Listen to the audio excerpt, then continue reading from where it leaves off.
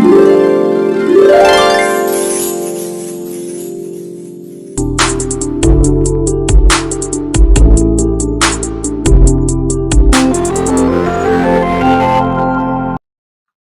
Back. कैसे हो आप लोग? हम लोग अब पढ़ने वाले थे आज मैथ्स, लेकिन बहुत बच्चों का डिमांड था कि सर लेंस फार्मूला बता दीजिए और इसका प्रूफ क्या होता है, मैग्निफिकेशन, इन चीजों का वीडियो चाह रहे थे स्टूडेंट्स। तो मैंने सोचा कि क्यों ना मैं एक कंप्लीट वीडियो बना दूं लेंस फार्मूला के ऊपर, जिसमें इसके प्रूफ को भी मैं डिराइव करके बताऊं कि ये कैसे प्रूफ होता है, आखिर ये फार्मूला का फाउंडेशन क्या है, कैसे रिक्वायरमेंट हुआ। और ये सब बताने के लिए मुझे बहुत जरूरत पड़ा कि आपको ना, जैसे मिरर में मैंने आपको साइन कन्वेंशन पढ़ाया था, उसी तरीके से यहाँ पे भी न्यू कार्टेशियन साइन कन्वेंशन क्या होता है लेंस फार्मूला के लिए, ये भी बताना बहुत जरूरी है। इसके अलावा लेंस में मैग्निफिकेशन का जरूरत होता है, पावर का पता होना चाहिए कि इसका पावर कितने, जैसे भी आप जब ग्लास पहनते हो, चश्मा पहनते हो, तो उसमें पावर होता होगा, है ना, +2D, -1D, -1.5, ऐसे कुछ पावर्स होते हैं। उन पावर का क्या महत्व है, क्या उनका इंपॉर्टेंस है, ये भी देखने वाले हैं। और मैंने सोचा जब इतना कर ही रहा हूं तो कुछ न्यूमेरिकल भी सॉल्व कर दूं जो जनरली बोर्ड में और कॉम्पिटिटिव एग्जाम में आते हैं। तो ये सारा कुछ आपको इस वीडियो में मिलने वाला है, तो आप एकदम ध्यान से शांति से रहें और अगले 25 से 30 मिनट में अंदर आपको ये पूरा का पूरा चीज मिल जाएगा, बहुत ही एक सिस्टमेटिक ऑर्डर में। तो आपको एकदम ध्यान से बस रहना है यहाँ पे, बाकी चीज तो खुद ही मिलेगा। ठीक है, चलो तो स्टार्ट करते हैं। सबसे पहले हम लोग ये जानते हैं कि न्यू कार्टेशियन साइन कन्वेंशन जो लेंसेज के लिए डिफाइन किए गए, वो जनरली होता क्या है। तो सबसे पहला जो रूल बताया गया, जैसा हम लोगों ने कहा पढ़ा था, आई थिंक, है ना, मिरर में भी, हाँ मिरर में जो पढ़ा था उसमें क्या था कि जो सारे डिस्टेंस जो होते हैं वो कहां से, पोल से मेजर किए जाते थे। तो लेंसेस में पोल तो होते नहीं है, पोल के प्लेस पे एक नया वर्ड यूज किया गया था, ऑप्टिकल सेंटर, राइट। तो जो ऑप्टिकल सेंटर जो होता है लेंस का, वो हम लोग उसको चूज क्या मानते हैं, उसको ओरिजिन मान के चलते हैं। कि जैसे हम लोग जब हम कोऑर्डिनेट सिस्टम की बात करते हैं, जब हम दो कोऑर्डिनेट सिस्टम की बात करते हैं, तो ये एक होता है एक्स एक्सिस और ये वाला लाइन होता है वाई एक्सिस, और ये जो पॉइंट है इसे कहते हैं ओरिजिन, राइट। तो उसी तरीके से कह रहे हैं, जबकि जब हम इसी में अगर लेंस को बना दें या कॉन्वेक्स लेंस या कॉनकेव लेंस को, तो ये जो क्या कह रहा था, ये लेंस का उस समय क्या बन जाएगा, लेंस का ये बन जाएगा ऑप्टिकल सेंटर। और उस ऑप्टिकल सेंटर को और अगर इस लेंस को हटा देते तो क्या बनता, ओरिजिन बनता। तो इसीलिए मैंने कहा कि जो ऑप्टिकल सेंटर होता है उसको उस कोऑर्डिनेट सिस्टम का ओरिजिन मान लिया जाता है। ये पहला पॉइंट है और ये बहुत कॉमन पॉइंट, आई थिंक सब लोग जानते हैं इस चीज को। दूसरा पॉइंट है कि the object is considered to be placed on principal axis to the left of the lens. ये भी आपको ये बात मान के चलना है कि जो ऑब्जेक्ट होगा वो हमेशा प्रिंसिपल एक्सिस पे रखना है, पहली बात। और दूसरी इंपॉर्टेंट बात ये है कि वो हमेशा जब जो भी लेंस होगा उसके लेफ्ट साइड में, यानी अगर ये लेंस इधर लेफ्ट होता है और इधर क्या होता है, राइट होता है। अगर एग्जैक्ट फीलिंग चाहिए तो मैंने कुछ पिक्चर्स भी रखे जिससे आप समझ सकते हो। जैसे ये है आपका, है ना, तो ये देखो जो ओ है उसको क्या बोलते हैं, ऑप्टिकल सेंटर बोलते हैं। और ये जो ऑप्टिकल सेंटर होता है यही इसके लिए क्या कहलाता था, कोऑर्डिनेट सिस्टम कहलाता था। In the second picture I have discussed here already, all the objects are kept on principal axis, and important point is, uh, all the images, है ना, are either in left side or right side, but object is always kept in the left side of the lenses। यहाँ देख लो, left side में रखा गया, आपको इधर ही रखना होगा ऑब्जेक्ट को, ताकि आप जो थ्योरी डेवलप कर पाए, that is will be very helpful to you, right. So next next property या नेक्स्ट प्रॉपर्टी क्या है, all distance are measured along principal axis. That is very important point again. आपको क्या करना है कि सारे डिस्टेंस जो होते हैं वो प्रिंसिपल एक्सिस के अलोंग ही मेजर करना है, ना स्लांटली करना है, ना ऑब्लिकली करना है। इन्हें किसी और तरीके से नहीं कर सकते हो आप। अभी बताता हूं क्या होता है। And from the optical centre of the lens, और ऑप्टिकल सेंटर से और अलोंग द किसके, प्रिंसिपल एक्सिस के, राइट। जैसे ऑब्जेक्ट डिस्टेंस को मैं हमेशा यू बोलूंगा, इमेज डिस्टेंस को हमेशा वी बोलूंगा, और जो सेकंड फोकस जिसे हम लोग फोकल लेंथ भी कहते हैं उसे हम लोग एफ बोलेंगे। ये एब्रिविएशन जब भी आगे मैं यूज करूंगा तो आपको ये बात ध्यान में रखना है। जैसे मैंने एक यहाँ पे कॉन्वेक्स लेंस बनाया है, और इस कॉन्वेक्स लेंस में देखो सबसे पहला जो रूल था कि ये इसे हम लोग ओरिजिन मानेंगे। Object is always kept on the left of the lenses, देखो लेफ्ट में ऑब्जेक्ट को रखा गया है, राइट।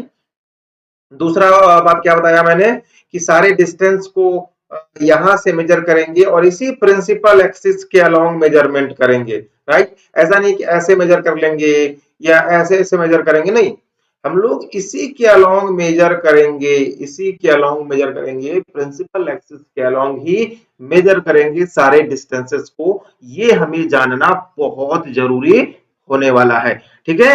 नेक्स्ट और भी एक दो रूल है, उनको भी मैं देख लेता हूं, और वो ये है कि distance measured in the direction of incident ray, ये बहुत इंपॉर्टेंट है, क्योंकि यहाँ पे अगर आप समझोगे ना तो आगे की बातें बहुत आसानी से समझ में आएगी। क्योंकि ये बात नहीं समझते हो, फिर जब मैं न्यूमेरिकल कराऊंगा तो आपको लगेगा सर ये माइनस कैसे हो गया, सर ये प्लस कैसे हो गया, सर कब माइनस लेंगे कब प्लस लेंगे, बहुत कंफ्यूजन होता है ना। इसके लिए मैंने सबसे पहले उसी चीज को सॉर्ट आउट कर दिया है ताकि आप बहुत इजीली से समझ पाओ, ठीक है। तो सबसे पहले देखो क्या बताया मैंने यहाँ पे, जो डिस्टेंस मेजर किया जाएगा in the direction of incident ray, यहाँ बहुत न्यू वर्ड क्या है जरा समझिएगा, in the direction of incident ray. Incident ray की डायरेक्शन से में डिस्टेंस को मेजर करना है। कहने का मतलब लेफ्ट साइड से राइट साइड में आर टेकन एज पॉजिटिव, उसको क्या मान लेंगे हम लोग, पॉजिटिव मान लेंगे। While distance measured opposite the direction of incident ray, यानी राइट से लेफ्ट अगर मेजर करेंगे आर टेकन एज नेगेटिव। ये बहुत इंपॉर्टेंट है, जैसा समझाता हूं पिक्चर के हेल्प से मैं आपको समझाता हूं। ये क्या कह रहे हैं कि अगर, ध्यान समझिएगा, कि अगर आप इंसिडेंट रे, जो इंसिडेंट रे है, ध्यान समझिएगा, इंसिडेंट रे के डायरेक्शन में अगर आप, उसके डायरेक्शन में अगर आप क्या कर रहे हो, डिस्टेंस को मेजर कर रहे हो, तो वो क्या होगा, हमेशा पॉजिटिव होगा। और और दूसरा क्या बोला गया कि अगर इसके ऑपोजिट में डिस्टेंस को मेजर करोगे तो वो क्या कहलाएगा, नेगेटिव होगा। ये बात क्लियर है कि नहीं है। जैसे एग्जांपल के लिए देखो, अगर मैं यहां से यहां का डिस्टेंस मेजर करना चाहता हूं, इस ओ से इधर का डिस्टेंस मेजर करना चाहता हूं, तो देखो इंसिडेंस रे तो इधर से ही आता है, और डिस्टेंस में मेजर कर रहा हूं यहां से इधर, यहां से इधर।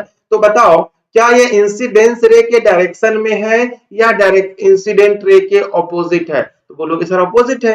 बिल्कुल अपोजिट है, इसका मतलब यहां से ये जो डिस्टेंस होगा वो हमेशा क्या होगा, नेगेटिव होगा। कोई डाउट यहां तक नहीं है।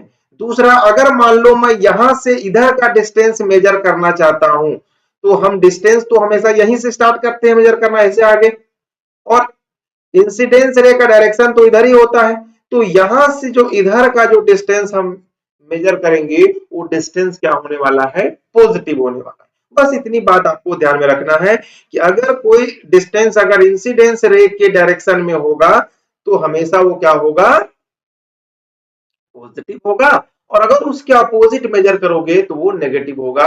ये बात ध्यान रखना है।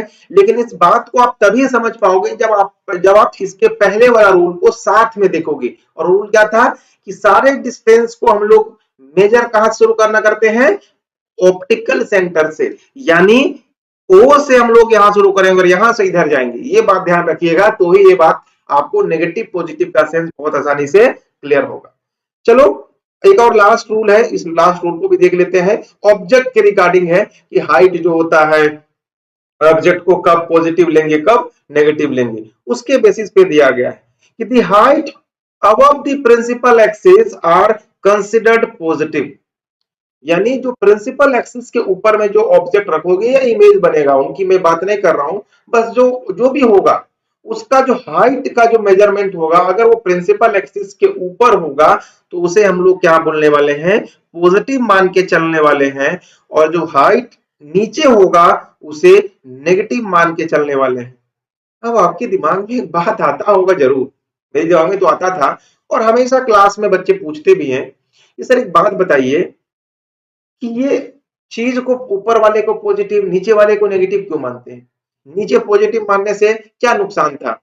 क्या इसने कुछ जुर्म किया है? नहीं, जुर्म तो नहीं किया है। बात ये समझो कि ये कन्वेंशन होता है, बाय कन्वेंशन होता है। जैसे कि आप अगर नीचे वाले को अगर नेगेटिव मानते, पॉजिटिव मानते, तो ऊपर वाले को तो नेगेटिव मानना पड़ता ना, कि नहीं?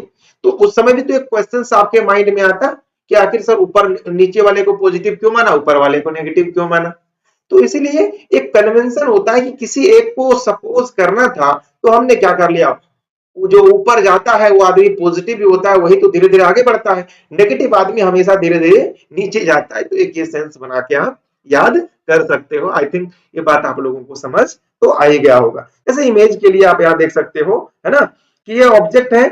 अब ये प्रिंसिपल एक्सिस के ऊपर में होगा, अगर इस तरीके का ऑब्जेक्ट कहीं भी होगा, कोई लेंथ, अगर इसका मेजरमेंट करना हो कितना हाइट है, तो ये हमेशा क्या इसको सपोज करोगे, पॉजिटिव। लेकिन अगर नीचे का हाइट अगर होगा तो यहां मान लो इमेज बन गया। ऑब्जेक्ट यानी ऑब्जेक्ट तो ऊपर में ही होगा हमेशा प्रिंसिपल एक्सिस का, तो पॉजिटिव होगा। इमेज जो होता है वो नीचे भी होता है और ऊपर भी होता है, तो इमेज ही कभी पॉजिटिव और कभी नेगेटिव आएगा। ये बात हम लोग तो जानते ही है। आई होप ये बात क्लियर हो गया। ये तो हो गया कॉन्वेक्स के लिए। ये देखो कॉनकेव में भी सेम फीचर है। ये जो मैं प्रॉपर्टीज बताया, ये जो मैंने रूल बताया, कार्टेशियन साइन रूल जो बताया, ये रूल जो है वो लेंसेस पे डिपेंड नहीं करता। ये कोई भी लेंस है उसमें ये चीज सेम तरीके से लागू होता है। हाँ, तो स्पेसिफिक लेंस में ये चीजें फिक्स हो जाती है कि किसी में सिर्फ यू मान लो पॉजिटिव होगा, किसी में नेगेटिव होगा। जैसे मैंने बताया था आपको कि जब मिरर में कि आप ऑब्जेक्ट हमेशा, ऑब्जेक्ट डिस्टेंस जो होता है उसे हम लोग हमेशा नेगेटिव लेते हैं। क्यों? रूल में आ गया था वैसा, क्योंकि वो उस रूल को फॉलो कर रहा था। उसी तरीके से यहां भी डिस्कस करेंगे, लेकिन उससे पहले हम लोग सीख लेते हैं कि वो लेंस फॉर्मूला होता क्या है। राइट, लेंस फॉर्मूला होता क्या है? तो लेंस फॉर्मूला एक एक ऐसा एक्सप्रेशन है, एक ऐसा इक्वेशन है जिसमें हम लोग जो ऑब्जेक्ट डिस्टेंस है जिसे हम लोग क्या बोलते हैं, यू, इमेज डिस्टेंस है जिसे क्या बोलते हैं, वी, और फोकल लेंथ है जिसे बोलते हैं एफ। अगर आप ध्यान से आप लोग देख रहे होंगे कि इस पूरे लेक्चर में हम लोग क्या कर रहे हैं, या पूरे इस थ्योरी में अभी तक जो क्या पढ़े हैं लेंस के बारे में, तो यही देख रहे हैं कि हम लोगों को जो भी फॉर्मूला या जो भी रिलेशन एस्टेब्लिश करना है, वो तो इमेज के हाइट से, ऑब्जेक्ट के हाइट से इमेज कितने दूरी पर रख बना, ऑब्जेक्ट कितने डिस्टेंस पे रखा गया था, और उस लेंस का फोकल लेंस क्या था, इन्हीं चीजों पे डिपेंड करता है। और उन्हीं पे हमको, अगर उनके बीच में कोई रिलेशन एस्टेब्लिश कर पाते हैं, तो ये हमारे लिए क्या होने वाला है, बहुत इंपॉर्टेंट होने वाला है। क्यों? क्योंकि इसी से हम लोग क्या कर पाएंगे, किसी भी क्वेश्चंस को बहुत आसानी से क्या करेंगे, सॉल्व कर पाएंगे, और एक को दूसरे के रिलेशन में स्टैब्लिश कर पाएंगे। राइट? तो अगर इन तीनों को हम लोग, यू का मतलब object distance from optical centre, v मतलब image distance from optical centre, और एफ मतलब focal length from optical centre. Right, ये सब चीजें, सारी डिस्टेंस मेजर कहां से होंगी, ऑप्टिकल सेंटर से ही मेजर होने वाली है। आई थिंक ये सब आप लोगों को क्लियर होगा, कोई दिक्कत नहीं है। चलो, ये फॉर्मूला क्या होता है, लेंस में होता था उसी जैसा यहां भी आता है कि 1/f minus, sorry, 1/v minus 1/u equal to 1/f। कभी कभी इसे लोग सिंप्लीफाई करके ऐसे भी लिख देते हैं, और क्या लिखते जरा मैं बता देता हूं, ठीक है। इसे अगर एलसीएम लोगे तो क्या मिलेगा, ऊपर में u minus v divided by uv is equal to 1/f।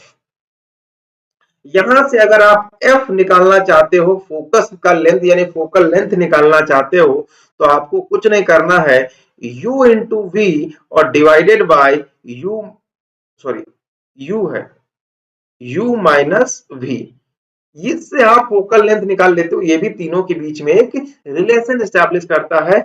यहाँ पे f यू और भी इसका मीनिंग है, मैंने पहले बताया आपको कि जो यू होता है वो इमेज ऑब्जेक्ट डिस्टेंस होता है, कहां से, ऑप्टिकल सेंटर से। भी जो होता है इमेज डिस्टेंस होता है, जिसको मेजर करते हैं हम लोग ऑप्टिकल सेंटर से ही। और एफ जो होता है वो फोकल लेंथ होता है, राइट, यानी फोकस की दूरी होती है, कितना फोकस है उसका ना, 5 मीटर, 3 मीटर, 1 मीटर, 0.5 सेंटीमीटर, ऐसे कुछ लेके चलेंगे। तो ये लेंस फॉर्मूला था। अब इसका डेरिवेशन कर लेते हैं कि इसे डिराइव कैसे करेंगे, कैसे आया होगा ये फॉर्मूला, है ना। ये फॉर्मूला आया कैसे होगा कि 1/v minus 1/u is equal to 1/f। इस फॉर्मूले को हम लोग एक बार क्या करते हैं, डिराइव कर लेते हैं। क्लियर है बात, कोई डाउट यहां तक नहीं होना चाहिए, है ना। चलो, तो सबसे पहले इसको डिराइव करने से पहले हमें क्या करना होगा कि एक क्या चाहिए, एक रे डायग्राम को एज्यूम करना होगा। वो अब जैसे मैंने अभी 6-7 रे डायग्राम आपको पहले बताया था, उनमें से कोई भी एक रे डायग्राम को एज्यूम कर लो और उसके बाद उसके अकॉर्डिंग आप लेंथ, जो यू का लेंथ कितना होगा, वी का लेंथ कितना होगा और फोकल लेंथ कितना होगा, ये सब कुछ हम लोग इजिली वहां पे पता कर पाएंगे। क्लियर है यहां तक, कोई डाउट नहीं है। तो चलिए सबसे पहले रे डायग्राम को हम लोग एज्यूम कर लेते हैं और वो ये है।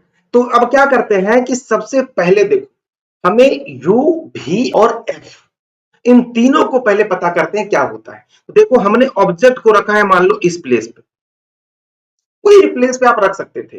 तो यहां से जो डिस्टेंस होगा ओ से लेके ऑब्जेक्ट जहां तक रखा हुआ यहां तक, इस डिस्टेंस को हम लोग जो लिखा यहां किया हुआ है, इसका मेजरमेंट हम लोग क्या है, इसको यू बोलते हैं। अब बोलोगे सर यू ये नेगेटिव होगा या पॉजिटिव, तो हमने क्या कहा था कि ये डिस्टेंस मेजर कहां से कर रहे हैं, ओ से राइट में, ओ से कहां जा रहे हैं, लेफ्ट में जा रहे हैं, राइट, यानी राइट से लेफ्ट में जा रहे हैं। और इंसिडेंट रे का डायरेक्शन किधर है, इधर है, और हम मेजरमेंट इधर कर रहे हैं, तो ऑब्वियसली अपोजिट कर दिया। तो यहां क्या लेना होगा, हमें नेगेटिव लेना होगा। तो यू को हम लोग माइनस यू लेंगे, ठीक है। अब इमेज कहां बना है, इमेज देखो इस जगह पे बना है क्योंकि रे ऑफ लाइट का एक्चुअल इंटरसेक्शन बना था। तो अब इसका मेजरमेंट यहीं से करते थे, यहां से आगे ऐसे करके जाके मेजरमेंट करेंगे हम लोग। चलो यहां मेजरमेंट कर लिए, तो यहां से यहां तक क्या होगा, वी होगा। और देखो इंसिडेंट रे इधर है और डिस्टेंस भी इधर ही मेजर कर रहे हैं, यानी वी जो होगा वो भी ही होगा, इसमें प्लस ही भी होगा, माइनस तो नहीं होगा। फोकल लेंथ क्या होगा, देखो ये है फोकल लेंथ, यहां से ये डिस्टेंस, तो ये डिस्टेंस क्या है, राइट में ही है, तो ये भी प्लस में ही एफ होगा।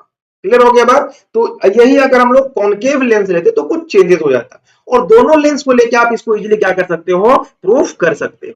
अब यहाँ जो कुछ ट्रायंगल्स बन रहे हैं, उस ट्रायंगल को जरा फोकस करो प्रूफ करने से पहले। तो एक ट्रायंगल बन रहा है, सॉरी यहाँ लिखता हूं मैं, एक ट्रायंगल बन रहा है एओबी, और एक ट्रायंगल और बन रहा है A1 बी या A1O B1, ये ट्रायंगल बन रहा है, ठीक है। देखो एक है AOB, यानी इस ट्रायंगल की हम बातें कर रहे हैं, इस ट्रायंगल की हम बात कर रहे हैं।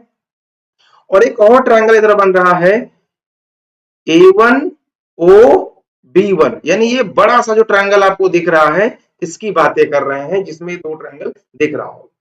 अब इन दोनों एक चीज जरा समझ लो प्रूफ करने से पहले। वैसे मैं मैथ्स में पढ़ाऊंगा सिमिलैरिटी, एक बहुत इंपॉर्टेंट टॉपिक है सिमिलैरिटी, इसके बारे में बताऊंगा, इसलिए मैं प्रूफ नहीं करा रहा था, मिरर में भी नहीं कराया था, क्योंकि मैंने सिमिलैरिटी आपको नहीं कराया है।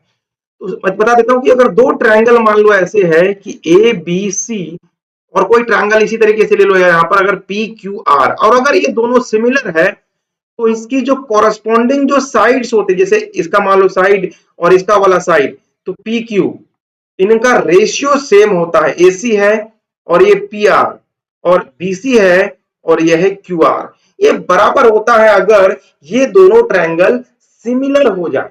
और सिमिलर होने के लिए कुछ कंडीशन होते हैं, जो कॉन्ग्रुएंसी पढ़ते हो या सर्वांग समता आपने पढ़ा होगा कभी 5-6 क्लास में, आईसीएसई सीबीएसई में डिफरेंट हो जाता है, तो वहां पे आपने जो रूल्स पढ़े थे उसी तरीके के रूल होंगे। तो अगर आप इन दोनों चीज को देखोगे तो सिमिलर होता है या नहीं है, तो ये सिमिलर होगा, क्योंकि देखो दोनों में एक एंगल 90 दिख रहा है, दोनों में जो ए बी है, और दूसरा एक बात और देख लो, और क्या है दोनों में एक ये वाला एंगल दोनों में सेम है, बोलोगे हाँ सर सेम है। और किसी भी ट्रायंगल, अगर कोई दो ट्रायंगल है और अगर उसका दो एंगल सेम हो जाए ना, दो एंगल का मेजरमेंट सेम हो जाए तो दोनों ट्रायंगल सिमिलर हो जाता है, और जब सिमिलर होगा तो उनके साइड का रेशियो हम लोग वैसे ही लिखेंगे। तो साइड का रेशियो उसके एंगल के प्रोपोर्शन में होता है। तो जैसे मान लो अगर ये वाला एंगल इक्वल है तो इसका साइड क्या हो जाएगा, ए बी। तो यानी अगर दोनों सिमिलर है, आपको ये बात तो क्लियर हो गया कि sir triangle A O B A similar है ट्रायंगल A1 O B1 का सिमिलर है। सिमिलर का ये लाइन होता है, सिर्फ एक स्लांट लाइन ऐसे करके जिगजैग लाइन लिखते हैं। सिमिलर होने से क्या हो जाता है कि ये जो ए बी है और इसमें क्या हो जाएगा B dash A dash, B dash A dash, इनका रेशियो दूसरा ये वाला साइड है। अब बोलोगे सर ये वाला साइड है तो इसका रेशियो और ये वाला एंगल है तो इसका अपोजिट ये वाला का दोनों इक्वल होगा, जी बिल्कुल होगा भी। तो बोलोगे सर यहां से एक बात और भी मिलने वाला है कि AO और यहां से मिलने वाला है OA डैश, ये भी इक्वल होगा। और तीसरा तीसरा क्या होगा, ये वाला एंगल जो होगा और ये वाला एंगल ये दोनों सेम होगा तो इसका अपोजिट भी सेम होगा। क्यों होगा मैं बताता हूं, पहले लिखने दो मुझे, ठीक है। तो यहां अगर आप लिखोगे तो क्या लिखना है कि जो OB होगा और यहां पे कौन सा होने वाला है OB डैश, OB1। अब ये बराबर क्यों होता है, देखो जैसा आप जानते हो किसी भी ट्रायंगल में तीनों एंगल का सम कितना होता है, sum of all three angle of a triangle is equal to 180 degree. Interior angle की बात कर रहे हैं। और अगर कोई दो एंगल आपको पता हो तो I think you can easily find the third angle. How, we subtract simply 180 minus sum of the given two angle. और अगर दो एंगल सेम था तो अगर 180 में से माइनस कर देंगे तो जो बचेगा दूसरे ट्रायंगल में भी तो वही होगा, क्योंकि दोनों में दो दो एंगल सेम है। तो इसीलिए तीसरा एंगल हम लोग ऐसा मान लेते हैं कि सही ही होगा, ठीक है। इसे एंगल सम प्रॉपर्टी भी कहते हैं, अल्टरनेट एंगल प्रॉपर्टी भी होता है। हम लोग सीखेंगे, पूरे आसानी से सीखने वाले। तो यहां से एक बात तो ये बहुत क्लियर हो गई। और फाइनली आप ऐसे लिख सकते हो, क्योंकि हमारा जरूरत इसका है नहीं, इस लेंथ का, हमें सिर्फ इसका और इसका चाहिए। तो A B upon B dash A dash is equal to O B upon O B dash. एक बात तो ये मिल गया, इसे नंबर 1 मान के चल लो। अब दूसरा एक और ट्रायंगल आप ले सकते हो, उनको भी आप इसी तरीके से कर सकते हो। एक हो ट्रायंगल, एक ट्रायंगल ले लो DOF2,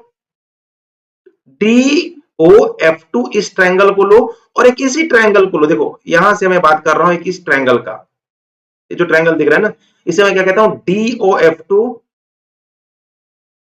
और दूसरा होगा A1B1 यानी सिर्फ इस ट्रायंगल की मैं बात कर रहा हूं, छोटा सा ट्रायंगल, ध्यान से देखना। ये छोटे से ट्रायंगल, क्या ये दोनों भी कॉन्ग्रुएंट होगा, बोलोगे बिल्कुल, सॉरी सिमिलर होगा, बोलोगे हाँ सर ये भी होने वाला है। तो क्या हो जाएगा A1B1 और F2। पहले तो ये जान लो कि ये दोनों सिमिलर क्यों होगा। हम इसके अगर कोई दो एंगल को इक्वल दिखा पाए तो ये तो सिमिलर हो ही जाएगा।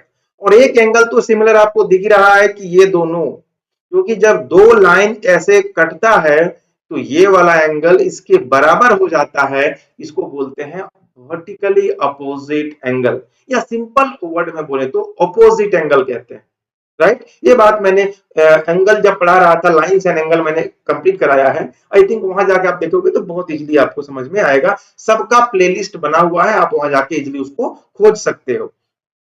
तो ये तो पहला मिल गया आपको दोनों एंगल। और दूसरा ये जो देख रहे होगा ध्यान से, ये दोनों राइट एंगल ही होगा, क्योंकि मैंने क्या बताया था परपेंडिकुलर ही उसके ऊपर रखा गया ऑब्जेक्ट को, तो इसलिए दोनों क्या होगा, सेम ही होगा। क्लियर है। तो इस हिसाब से दोनों क्या बोलोगे कि सर दोनों जो है वो सिमिलर होने वाला है। तो यहां भी क्या हो जाएगा कि जो ई वाला जो एंगल इक्वल है उसका अपोजिट साइड लो, इसका क्या हो जाएगा OD, यहां से भी मिलने वाला है OD। और इसमें ये वाला क्या हो जाएगा A dash B dash, A dash B dash, ये किसके इक्वल हो जाएगा, तो बोलोगे सर ये भी तो बराबर होगा। तो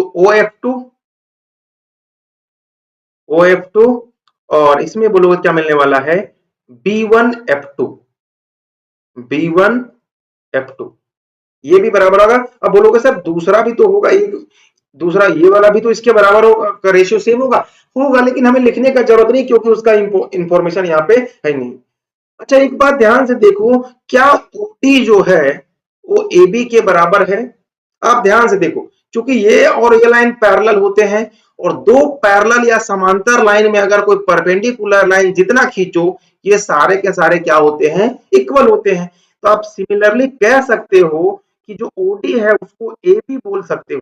चलो मैं यहां लिख देता हूं, ओडी को क्या मैं बोल दूं? AB बोल दूं, और नीचे A dash B dash is equal to OF2 और divided by B1 F2, B1 F2। इसे ये मान लो, अब इसे मान लो 2 का 2 डैश मान लो, इस इक्वेशन को अलग नाम दे देते हैं।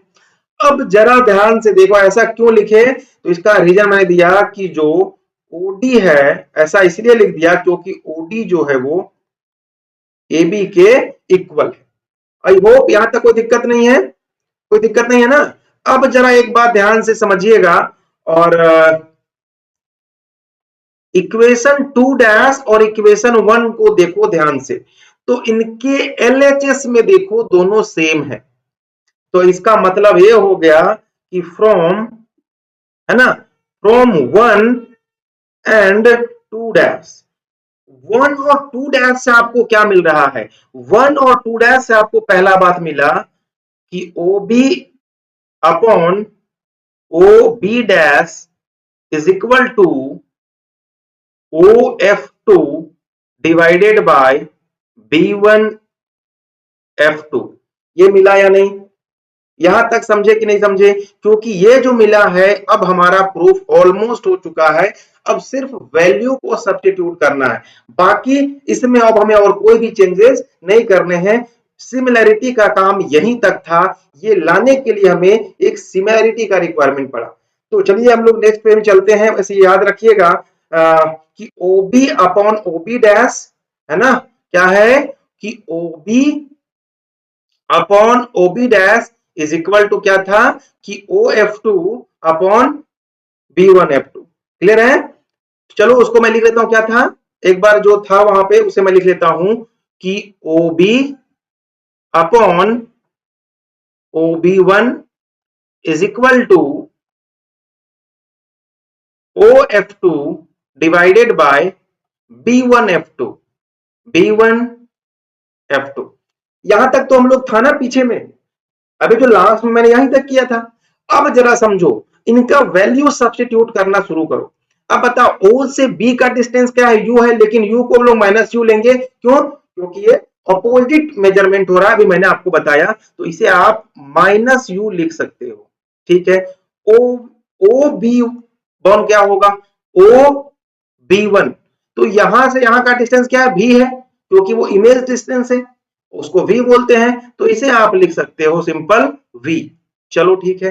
अब OF2, इसी को तो फोकल लेंथ कहते हैं ना, तो इसको आप लिख सकते हो F, और प्लस में तो प्लस में ही लिख दिया मैंने F। और B1F2, B1F2 यानी इस डिस्टेंस की हम बात कर रहे हैं, इसकी बात कर रहे हैं, ये कितना होगा? मान लो ये डिस्टेंस कितना होने वाला है, तो बोलोगे सर इसका डिस्टेंस तो नहीं पता है, लेकिन एक तरीके से आप पता कर सकते हो। देखो ये सही मायने में OB1 को हम लोग OF2 प्लस F2B1 ऐसा बोल सकते हैं। एक बार ध्यान से सोचो और मुझे बताओ कि क्या OB1 को ऐसा बोल सकते हैं? हाँ बोल सकते हैं। अब OB1 का मतलब कितना है? टोटल V है। OBF2 का मतलब F है, और F2B1 का मतलब नहीं पता, तो रहने दो। तो यहां से आप बहुत आसानी से F2B1 जो है वो V माइनस F लिख सकते हो, क्योंकि इधर जाके माइनस कर दोगे। यानी B1 F2 जो है, या F2B1 एक लेंथी तो है, तो V माइनस F हो जाएगा, V माइनस F हो जाएगा। अब देखो, अब सही मायने में आपको एक कंप्लीट दिख रहा होगा, सिर्फ U, V और F में एक रिलेशन। तो अब आपको क्या करना है? अब ये ऑलमोस्ट सॉल्व हो चुका है। अब आपको इसे सॉल्व करना है, तो कैसे सॉल्व करोगे? इसको कैसे सॉल्व करोगे एक बार जरा देखो। तो एक तो तरीका ये है कि इसे क्रॉस मल्टीप्लाई कर लिया जाए, इसे सबको सॉल्व करने का अलग तरीका है। चलो जो जनरली सब लोग करते हैं वही मैं करा देता हूं, ताकि आप जो पहले से जानते होगे उसे थोड़ा सा इजी हो पाए। तो आप मल्टीप्लाई करोगे इसे तो माइनस यू और f minus sorry into v minus f, ये होने वाला है, is equal to f into v, ये होने वाला। मल्टीप्लाई करोगे तो क्या हो जाएगा, minus u into v plus u into f is equal to f into v. यहां तक कोई दिक्कत नहीं है। अब नेगेटिव वाला को बाद में लिख लो ताकि इजीली देख पाए, u f minus u v is equal to f v, ऐसे लिख सकते हैं। चलो ठीक है। अब देखो हमें तो चाहिए क्या है, हमें अपना एम याद है ना कि 1/v minus 1/u equal to 1/f, हमें तो ये चाहिए, तो हमें एम याद रखना है। तो अब इसे क्या करें कि हम लोग इस तरीके से ले आ पाए, तो हमें एक काम करना होगा कि डिवाइड करना होगा यू भी एफ से दोनों साइड। तो इधर भी हम क्या करते हैं, यू वी एफ से डिवाइड कर देते हैं, यू वी और एफ से, और इधर भी यू वी और एफ के प्रोडक्ट से डिवाइड कर दो। जैसे ही डिवाइड करोगे तो आपको पता है ना ये कैसे होता है, u into f divided by u v f minus u into v divided by u v f is equal to, इधर तो f इंटू वी और यू वी एफ, ऐसे तो आएगा ही आएगा, आएगा ना। चलो ठीक है। अब जब इसे देखोगे तो यहां से देखो u और f तो कट जाएगा, u और f तो क्या बचेगा इधर, इस पहले में बचेगा 1/v, यहां से u और v कटेगा तो बचेगा -1/f, और इधर f और v कटेगा तो बचेगा 1/u। अब जरा इसे अरेंज कर दो, जैसे अरेंजमेंट था, तो 1/v इधर रहने, u को इधर ले आओ 1/u, और इसको इधर ले जाओगे तो ये मिल जाएगा 1/f, 1/f। और यही फॉर्मूला आपको क्या हो गया है, प्रूफ हो चुका है, कंप्लीटली प्रूफ हो चुका है। तो समझ में आ गया आपको कि नहीं आया? हाँ। तो एक बात आप सेम तरीके से आप जो है वो एक बार घर में कॉनकेव लेंस को लेना और इसी तरीके से करोगे, वहां से भी यही रिजल्ट आएगा। ठीक है, वहां पे कोई और नेगेटिव हो जाएगा, कोई और पॉजिटिव हो जाएगा, क्योंकि आपको पता है ना कॉनकेव लेंस में हम फोकस जो लेंथ होता है वो कैसे मेजर करते हैं, इमेज किधर बनता है, ऑब्जेक्ट किधर बनता है, ये सब कुछ मैं बता चुका हूं। क्लियर है? चलो अब एक और चीज आता है मैग्निफिकेशन, जिसे लीनियर मैग्निफिकेशन कहते हैं। ये इंपॉर्टेंट इसीलिए है क्योंकि आज आप जितना भी देख रहे हो जो कैमरा बनता है, जितने भी लेंस जो कैमरा बनता है कि हम इतना लंबा दूरी तक देख सकते हैं, या जो पेरिस्कोप वगैरह जो बनता है देखे होंगे आप, उन सारे जो लेंसेज जो बनते हैं, इतना बड़ा देखना है या छोटा देखना है, माइक्रोस्कोप जो बन रहा है, वो सब कहीं ना कहीं लीनियर मैग्निफिकेशन के ऊपर ही क्या होता है, बेस्ड होता है। वैसे हम लीनियर मैग्निफिकेशन को और भी आजकल एडवांस तरीके से देखते हैं, बट सिंपल समझते हैं लीनियर मैग्निफिकेशन होता क्या है। तो मैग्निफिकेशन कुछ और नहीं, जैसे मिरर में होता था, यहाँ भी वही होगा कि जो इमेज का लेंथ होता है और ऑब्जेक्ट के लेंथ का रेशियो होता है, यानी इमेज जो है वो ऑब्जेक्ट से कितना गुना ज्यादा हो गया या कितना गुना कम हो गया, इसको पता करने के लिए हम लोग एक टर्म यूज करते हैं जिसे कहते हैं लीनियर मैग्निफिकेशन, या सिंपल हिंदी में बोले तो रेखीय आवर्धन। ठीक है, और वो निकालने का ये फॉर्मूला होता है। मिरर में यहाँ पे -v/u होता था, यहाँ पर v/u होता है।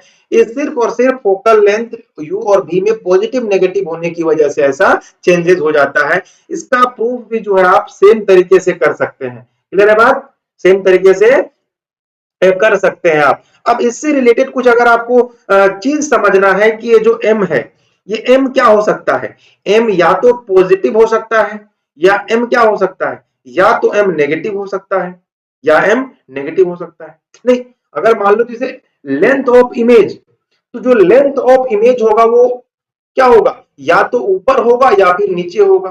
ऊपर हम लोगों को कब मिलता था, जब हम लोग उसे फोकल लेंथ और पोल पोल जिसे लोग क्या बोलते हैं यहाँ पे, क्या बोलते हैं, फोकल लेंथ और पोल के बीच में कहीं रखते थे, है ना। तो उसके बीच में कहीं भी रखते थे तो क्या बनता था, क्या बनता था वहां पे, इमेज जो है वो ऊपर ही बन जाता था, जिधर ऑब्जेक्ट था उधर ही बन जाता था। और बाकी केसेस में क्या होता था, जो इमेज है वो हमेशा नीचे बनता था। और अगर ऊपर इमेज बन रहा है तब तो वो पॉजिटिव होगा, और नीचे बन गया तो क्या हो जाएगा, नेगेटिव हो जाएगा। क्लियर है? तो अगर एक पॉजिटिव एक नेगेटिव, तो कट के नंबर तो आंसर नेगेटिव ही आएगा। आएगा कि नहीं? बिल्कुल। तो इस तरीके से आप ध्यान में रख सकते हैं। अच्छा, इमेज डिस्टेंस जो यू जो होता है वो हमेशा क्या होगा, सॉरी, ऑब्जेक्ट डिस्टेंस जो यू है वो हमेशा क्या होता है, तो ऑब्जेक्ट डिस्टेंस यू जो है वो क्या होता है, क्या हमेशा किधर होगा, लेफ्ट में ही होगा लेंस के। और लेफ्ट में अगर होगा तो हमेशा इंसिडेंट इधर से जाएगा और मेजरमेंट इधर से करेंगे तो नेगेटिव ही होगा, तो यू हमेशा नेगेटिव ही होगा। अगर भी नेगेटिव हो गया तब तो मैग्निफिकेशन पॉजिटिव आ जाएगा, और अगर भी पॉजिटिव हो, अगर भी पॉजिटिव हो गया तो मैग्निफिकेशन नेगेटिव आएगा। ये बात क्लियर हो गया कि नहीं? चलो, अब ये बात तो समझ में आ गया, पॉजिटिव नेगेटिव क्या होगा अभी बात कर लेते हैं एक एक करके, पहले इस चीज को समझते हैं। इसके बाद अगर मान लो m जो है या तो 1 से ज्यादा हो सकता है, या m से कम हो सकता है, या फिर m के इक्वल हो सकता है। क्या लगता है? यही बात है। या तो वो 1 से ज्यादा होगा, या फिर 1 से कम होगा, या 1 के बराबर होगा। तो 1 से बड़ा होने का क्या मतलब है, 1 से बड़ा होने का मतलब क्या हुआ, कि जो इमेज जो है वो बड़ा बन गया, ऑब्जेक्ट का जो लेंथ था वो, या ऑब्जेक्ट का जो हाइट था वो छोटा ऑब्जेक्ट था, लेकिन उसका इमेज बहुत बड़ा बना दिया, मतलब उसको इनलार्ज कर दिया। तो यही तो कहना चाहते हैं। तो ये मैग्निफिकेशन जो है वो कंप्लीट नॉलेज आपको देता है, किसका, इमेज के कि कैसा इमेज बन रहा है, बड़ा छोटा, है ना, कि किस प्रकार का लेंस है, ये भी बता देता है। तो चलिए, सारे पॉइंट्स को मैंने एक बार लिख लिया है, आप उस सारी चीजों को एक्सप्लेन कर दिया, उसको एक बार देख लो, गो थ्रू कर लो। मैंने कहा कि अगर m ग्रेटर देन 1 है तो इमेज मैग्नीफाइड होगा। सही बात है, इमेज बहुत बड़ा होगा, आवर्धित होगा, साइज बड़ा हो जाएगा ऑब्जेक्ट के तुलना में। अगर m छोटा हो गया तो डिमिनिश्ड होगा, छोटा होगा। और हमने देखा भी है, अगर सेंटर ऑफ कर्वेचर से ऑब्जेक्ट को बाहर रखा था तो उसका इमेज हमेशा क्या बन रहा था, छोटा ही बन रहा था। यानी उस केस में पूछेगा आपको कि बताइए कि जो स्मॉल इमेज कब बनेगा, डिमिनिश्ड इमेज मैग्निफिकेशन 1 से कम कब होगा, जब ऑब्जेक्ट को आप कहां रखोगे, ऑब्जेक्ट को आप सेंटर ऑफ कर्वेचर यानी 2f2 के लेफ्ट में रखना शुरू करोगे, तो इमेज हमेशा वहां उसका जो मैग्निफिकेशन होगा वो लेस देन 1 होगा। और 2f2 के अंदर रखोगे, 2f2 के अंदर रखोगे तो क्या होगा, हमेशा मैग्निफिकेशन ग्रेटर देन 1 होगा, यहाँ पे लेस देन 1 होगा, और 2f2 के ऊपर बराबर होगा। यही तो 3 केसेस था, 3 केसेस यही था ना, बिल्कुल। अब m पॉजिटिव होने का क्या मतलब है, m पॉजिटिव होने का मतलब है कि इमेज जो है वो वर्चुअल है और इरेक्ट है। क्योंकि पॉजिटिव कब होगा जरा ध्यान समझना, अभी मैंने क्या बताया था कि height of image divided by height of object, यही तो होता था मैग्निफिकेशन m। अब हाइट ऑफ इमेज समझना, height of image, height of object क्या होगा, ये हमेशा पॉजिटिव होगा नीचे, यहां समझिएगा, ये हमेशा पॉजिटिव होगा, क्योंकि ऑब्जेक्ट को हम लोग प्रिंसिपल एक्सेस के ऊपर रखते हैं। अब बात आते हैं इमेज का। तो अगर इमेज, इमेज ऊपर कब बनता है, इमेज ऊपर तभी बनता है जब ऑब्जेक्ट को आप, इमेज ऑब्जेक्ट तभी बनेगा जब ऑब्जेक्ट को आप क्या करोगे कि फोकल और ये ऑप्टिकल सेंटर इसके बीच में कहीं भी आप रखने वाले, तभी ये इमेज इधर इसी साइड में कहीं बनता है, ऊपर बनेगा। ठीक है, बिल्कुल। तो यानी जब आप फोकल लेंथ और ऑप्टिकल सेंटर के बीच रखोगे तो अब ये पॉजिटिव बनेगा, और पॉजिटिव पॉजिटिव तो आंसर पॉजिटिव ही होगा। अब देखो, और जब इसके बीच में रखते थे इमेज ऑब्जेक्ट को, तो इमेज जिधर ऑब्जेक्ट रहते थे उधर ही बन जाता था, और अगर जिधर ऑब्जेक्ट रखे हो उधर ही बना, और सीधा भी बनता था, अपराइट भी बनता था, सीधा होता था कि नहीं। इसीलिए मैंने क्या कहा कि m जो होगा वो पॉजिटिव होगा अगर इमेज क्या होगा, वर्चुअल और इरेक्ट होगा। जब भी इमेज आपको ये पता लग जाए कि अब इमेज जो है वो वर्चुअल और इरेक्ट है तो m पॉजिटिव होगा, और अगर आपने मैग्निफिकेशन निकाला और वो पॉजिटिव आ गया तो इमेज जो होगा आभासी और सीधा होगा। तो आप बताओ कौन कौन सा लेंस बना सकता है, तो कॉन्वेक्स लेंस जो है, जो कॉन्वेक्स लेंस होगा वो इमेज कैसा बनाएगा बताओ, कॉन्वेक्स लेंस जो होगा वो सिर्फ वर्चुअल और इरेक्ट इमेज तब बनाएगा जब ऑब्जेक्ट फोकल लेंथ f1 और ऑप्टिकल सेंटर के बीच में रखा जाएगा, ठीक है। और कॉनकेव तो हमेशा वर्चुअल और इरेक्ट ही बनाता है, बट दोनों में डिफरेंस क्या होता है कि उसके वर्चुअल और इरेक्ट में क्या होता है कि ऑब्जेक्ट जो होता है वो मैग्नीफाइड होता है, जबकि कॉनकेव लेंस जो होता है वो भी बनाता है रियल और क्या सॉरी वर्चुअल और इरेक्ट, लेकिन उसका जो इमेज होता है वो डिमिनिश्ड होता है, वो उसका मैग्निफिकेशन 1 से कम होगा। क्लियर हो रहा है बात। अब अगला पॉइंट जो और है वो समझो कि मैंने एम नेगेटिव होगा तो इमेज रियल और इन्वर्टेड होगा। ये बात आप ऑब्वियसली समझ गए होंगे, क्योंकि देखो कॉनकेव लेंस में तो हमेशा इमेज क्या बनना है, वर्चुअल और इरेक्ट, क्योंकि ऑब्जेक्ट हमेशा भी ऊपर रखेंगे और इमेज भी हमेशा प्रिंसिपल एक्सिस के ऊपर ही बनेगा, दोनों पॉजिटिव था। तो एम अगर नेगेटिव कब आएगा, वो नीचे तो ऑलवेज पॉजिटिव होगा, ऊपर कब होगा, जब आप उसे जो F1 है ना इसके इधर कहीं भी ऑब्जेक्ट को रख दो, इसके इधर ऑब्जेक्ट को कहीं भी रख दो, हमेशा जो उसका इमेज बनेगा वो हमेशा इधर बनता है, नीचे साइड में नीचे बनता है कहीं, और नीचे बन गया प्रिंसिपल एक्सिस के मतलब नेगेटिव, तो और वो हमेशा क्या होगा आपको पता है ना, वो नीचे इधर बनता है, वो हमेशा exactly ray of light cut करता था, यानी वो रियल बनेगा। इसलिए बोलते हैं कि जो नेगेटिव हुआ तो इमेज जो होगा वो रियल और इन्वर्टेड होगा। क्लियर है बात। आई होप ये बात बहुत आसानी से आपने समझ लिया होगा। अब एक और बात आती है जिसे बोलते हैं पावर ऑफ लेंस। यानी पावर ऑफ लेंस कुछ और नहीं होता है, पावर ऑफ लेंस भी जो होता है वो क्या होता है, क्या होता है, ये फोकल लेंथ को ही जनरली एक समरी है। फोकल लेंथ से ही उसके पावर का पता चलता है, फोकल लेंथ से ही पावर का पता चलता है। तो इसको डिफाइन अगर करना चाहें आप तो कैसे करेंगे कि the deviation of the incident light rays produced by the lens on refraction through it is measure of its power. ठीक है, यानी वो कितना रे ऑफ लाइट को डेविएट कर रहा है आफ्टर रिफ्रैक्शन, इसी से उसका पावर पता चलता है।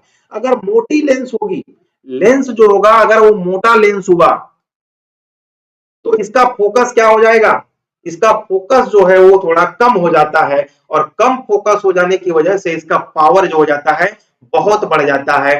पतला लेंस जब होता है तो उसका फोकस बढ़ जाता है, जिसके वजह से उसका लेंस उसका जो पावर है वो कम हो जाता है। तो इसका मतलब एक बात तो समझ में आ गया कि जो पावर होता है वो फोकल लेंथ का रेसिप्रोकल होता है। इसीलिए हमने पावर ऑफ लेंस को का फॉर्मूला ही निकाल दिया कि पावर ऑफ लेंस जो होता है 1 अपॉन फोकल लेंथ, लेकिन जो फोकल लेंथ होगा वो मीटर में होना चाहिए। अब बोलोगे सर अगर सेंटीमीटर में दिया है तो क्या करेंगे, या मुझे सेंटीमीटर में निकालना है तो क्या करेंगे।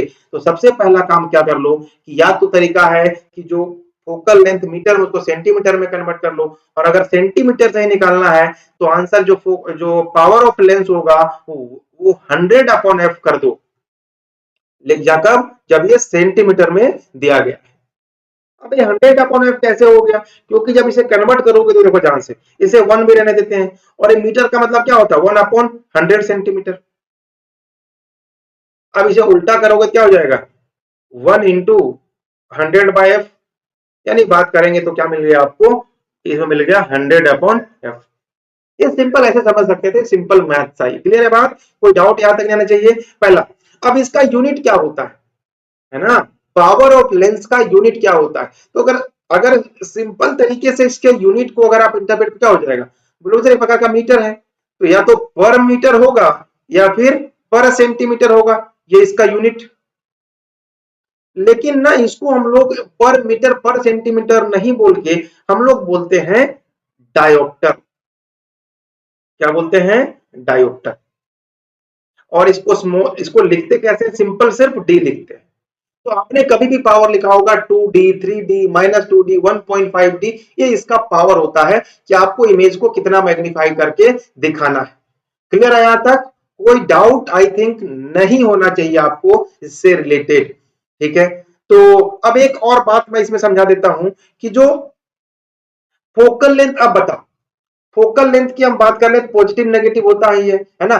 तो आपने कॉनकेव लेंस का क्या होता है, कॉनकेव लेंस का फोकस होता है नेगेटिव होता है। क्यों, याद करो आप कॉनकेव का फोकस कहां से मेजर करते थे, याद करो जब रे ऑफ लाइट इधर से गया तो इधर निकल जाता था, तो मिला देते तो यहां पर मिलता था। ये होता था फोकस। और चूंकि मेजरमेंट करना है हमको यहाँ से, तो इससे इधर जाते थे, तो हमेशा नेगेटिव होगा। यानी कॉनकेव लेंस जो होता है उसका फोकस नेगेटिव होता है। यानी जब भी, यानी अगर किसी का पावर नेगेटिव है, इसका मतलब उसमें कॉनकेव लेंस लगा हुआ है। और कॉनकेव लेंस क्या करता है, बहुत बड़े फिगर को छोटा कर देता है। इससे आंख में जो प्रॉब्लम होता है, आंख से रिलेटेड जो डिजीज होता है ना, कि किसी को छोटा बड़ा चीज नहीं दिख रहा, छोटा क्यों नहीं दिखता है कोई चीज, क्योंकि इमेज बहुत बड़ा हो गया और आपके रेटिना से बाहर चला गया। ये मैं एक चैप्टर ही पढ़ाऊंगा, है ना, एक चैप्टर ही मैं आपको पढ़ाने वाला हूँ, ठीक है। उस चैप्टर में आपको पूरा एक्सप्लेन करने वाला हूँ, क्लियर है ना। मैं ह्यूमन आई पढ़ा दूंगा और उसमें उसके जितने भी प्रॉब्लम होते हैं सबको एक वीडियो में करूंगा। लेकिन इस वीडियो को आप लोग शेयर करो, शेयर बड़ी कम करते हो आप लोग, ठीक है। तो चलो अब एक आध क्वेश्चंस कर लो सिंपल सिंपल, कि express the power with sign concave lens और फोकल लेंथ 20। अब फोकल लेंथ 20 दिया गया है, तो आपको इसका पावर बताना है। तो पावर क्या होता है बताओ। चूंकि ये कॉनकेव लेंस है तो हमेशा क्या होगा, नेगेटिव होगा। तो पावर जो होता है वो क्या होता है, 1/f होता है। यानी चूंकि सेंटीमीटर में तो 100/f मान सकते हो, 100/20 इज इक्वल टू कितना हो गया, 5 डायोप्टर, वो भी नेगेटिव में। क्यों, क्योंकि नेगेटिव होता है। क्लियर है यहाँ तक। अच्छा, किसी का मन था नहीं सर हम तो डायरेक्टली ऐसे निकालने वाले थे, नहीं सेंटीमीटर को। तो आपको पता है ना, 20 सेंटीमीटर को अगर मीटर में बदलोगे क्या हो जाएगा, 20/100 मीटर, यानी 0.20 सेम मीटर हो जाएगा ये। तो आप ऐसे भी निकाल सकते थे, P is equal to 1/f होता है, तो P इज इक्वल टू क्या हो जाएगा, 1/0.20, लेकिन माइनस में मीटर। और जब इसको भी सॉल्व करोगे तो आप क्या मिलने वाला है, -5D ही मिलने वाला है। इसको हटाओगे 2 जीरो पर जाएगा तो 20 हो जाएगा, 100 हो जाएगा, ठीक है। तो कोई डाउट नहीं है। चलो एक आध और क्वेश्चन कर लेते हैं। ये क्वेश्चन है कि magnification by a lens is +0.5। देखो ये मैग्निफिकेशन है, ध्यान रखना। और मैग्निफिकेशन अगर पॉजिटिव है इसका मतलब क्या होगा, मैग्निफिकेशन पॉजिटिव है इसका मतलब क्या हुआ, मैग्निफिकेशन अभी बताया था ना, मैग्निफिकेशन पॉजिटिव का मतलब मैंने अभी तुरंत बताया था आपको कि मैग्निफिकेशन पॉजिटिव होता है कॉन्वेक्स लेंस में भी और कॉनकेव लेंस में भी। क्लियर है। बट कॉनकेव लेंस में जब मैग्निफिकेशन होता है ना, मैग्निफिकेशन जब कॉनकेव लेंस की हम बात करेंगे तो हमेशा लेस देन 1 होता है, बताए थे ना अभी, क्योंकि हमेशा छोटा बनाता है। इसका मतलब वो किस लेंस की बात कर रहा है, इसकी बात कर रहा है, क्योंकि सॉरी, हाँ सॉरी, इसका 0.5 दिया हुआ है ना, यानी वो इसी की बात कर रहा है। इसका मैग्निफिकेशन क्या होता है, ग्रेटर देन 1 होता है। तो वो बात किसकी कर रहा है, कॉनकेव लेंस की बात कर रहा है ना। तो कॉनकेव लेंस की अगर मैग्निफिकेशन 0.5 है, तो यानी m इज इक्वल टू क्या हो गया, -v/u, सॉरी +v/u होता है। और m दिया हुआ आपको 0.5 और v, नेम द लेंस। अच्छा पहले नेम बताना है आपको, है ना, नेम बताना है आपको इस लेंस का। तो लेंस कौन सा होगा बता। अगर मैग्निफिकेशन निकल गया आपको ना कि इतना बड़ा बना दिया, छोटा कर दिया है, तो लेंस तो चल गया पता कि कॉनकेव है। लेंस कौन सा होने वाला है, क्योंकि इसका मैग्निफिकेशन 1 से कम है और दूसरा पॉजिटिव है, तो क्लियर हो गया कि वो लेंस या वो कॉनकेव होने वाला है। इसलिए देखो ये कॉनकेव लेंस तो हो गया। क्लियर है बात, कॉनकेव लेंस हो गया, इसमें कोई दिक्कत नहीं है। अब पूछ रहा है क्या कि how are u and v related, तो निकाल दो, ये v/u कर दो, v/u कर दो, क्रॉस मल्टीप्लाई करके क्या हो जाएगा, v is equal to 0.5u, ये दोनों में रिलेशन हो गया। तो ऐसा सिंपल आपको ना, मैं बार बार कह रहा हूं कि आपको एनालिसिस करना होगा, जो मैंने बताया है उसका एनालिसिस करना होगा। और भी चाहो तो ऐसे कितने सारे क्वेश्चंस हैं जिसको मैं करा सकता हूं, लेकिन ज्यादा क्वेश्चंस कराऊंगा तो आप लोग वीडियो बहुत लंबी हो जाती है और आप लोग देखते नहीं हो। अगर आपको और भी क्वेश्चन चाहिए तो आप कमेंट बॉक्स में जरूर बताना, मैं आपको और भी अच्छे अच्छे क्वेश्चन यहाँ पे कराऊंगा, ठीक है।